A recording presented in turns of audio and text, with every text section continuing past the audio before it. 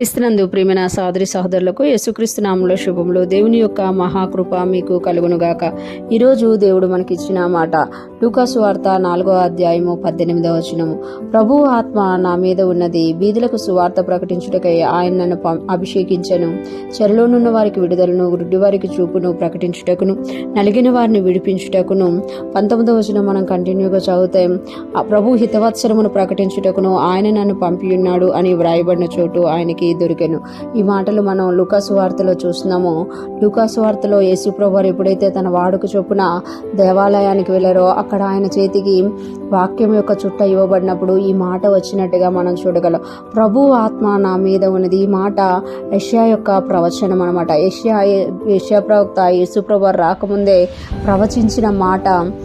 వాళ్ళు చదువుతున్నప్పుడు వాడుక చొప్పున యేసయ్య కూడా మందిరానికి వెళ్ళి చదువుతున్నప్పుడు ఆ మాట వచ్చింది. అంటే ఆ ప్రవచనం ఆ రోజు నెరవేర్చబడుతుంది. కాబట్టి యేసు ప్రభువారు ఆ మాట చదువుతున్నట్టుగా మనం ఇక్కడ చూడగలం. ప్రభు ఆత్మ నా మీద ఉన్నది, బీదలకు సువార్త ప్రకటించుటకై ఆయన నన్ను అభిషేకించెను. బీదలకు సువార్త ప్రకటించడానికై యేసు ప్రభువారు అభిషేకించబడ్డారని ఎప్పుడో యెషయా ప్రవక్త చెప్పిన మాట ఆ రోజు నెరవేరుతున్నట్టుగా చూడగలం.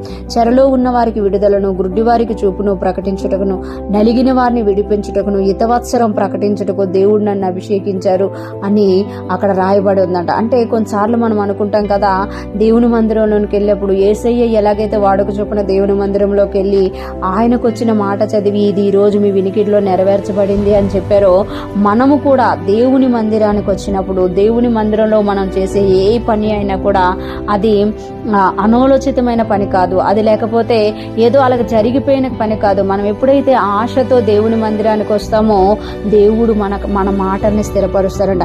యేసు ప్రభువారు ఆ రోజు వాడుక చొప్పున వచ్చి ఆయనకు వాడుక చొప్పునే ఆ పుస్తకపు చుట్టించారు. కానీ ఆ ప్రవచనం ఆ రోజు నెరవేర్చబడింది. మనం అలాగే దేవుని మందిరానికి వచ్చి మనం పాట పాడిన, ఆరాధనలో ఏకీభవించిన, వాక్యం చదివిన, ఉత్తర ప్రత్యుత్తర భాగాలు చదివిన, ఏది చదివినా ఆ మాట ఆ రోజు మన జీవితంలో నెరవేర్చబడే టైం వచ్చినట్టుగా మనము చూడగలం. యేసు ప్రభువారికే జరగదండి, మందిరానికి వచ్చిన ప్రతి బిడ్డ జీవితంలో కూడా ఇలా జరుగుతుంది. అందుకే ప్రతి ఒక్కరం కూడా మందిరమునికి రావడం ఎంతో ఇంపార్టెంట్. దేవుని సన్నిధిలో కూడుకోవడం, దేవుని మందిరంలో మనము ఫిజికల్గా కూడుకోవడము ఎంతో ఇంపార్టెంట్ అన్నమాట. ఎప్పుడైతే మనం వస్తామో మన మీద ఉన్న కాడికట్లే తెంపబడ్డమే కాదు, మన మీద ఉన్న ప్రవచనాలు నెరవేర్చబడ్డమే కాదు, మన మీద ఉన్న రేమ నెరవేర్చబడ్డమే కాదు, మనం ఏదైతే పాట ద్వారా కానీ ప్రార్థన ద్వారా కానీ అక్కడ విత్తుతున్నామో అది మరొకసారి కోసుకోవడం కూడా జరుగుతుంది అని ఇక్కడ దేవుడు మనకి తెలియజేస్తున్నారు. యేసు ప్రభువారి గురించి ఎప్పుడో యెషయా ప్రవక్త ద్వారా తెలియజేయబడ్డ మాట యేసు ప్రభువారు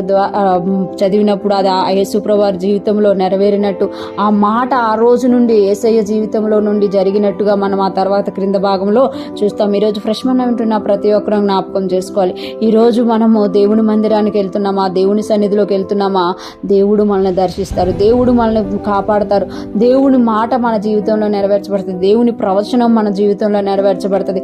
కాబట్టి మనం ఎవ్వరం కూడా మందిరంకి వెళ్ళడాన్ని నిర్లక్ష్యం చేయకుండా ఆయన మందిరానికి వెళ్ళే వారంగా, ఆయన దర్శించుకునే వారంగా, మన జీవితాల్లో ఆయన చిత్తము నెరవేర్చుకునే వారంగా మనం ముందుముగాక. దేవుని కృప మనందరికీ తోడై ఉండి నడిపించునుగాక. ఆమేన్.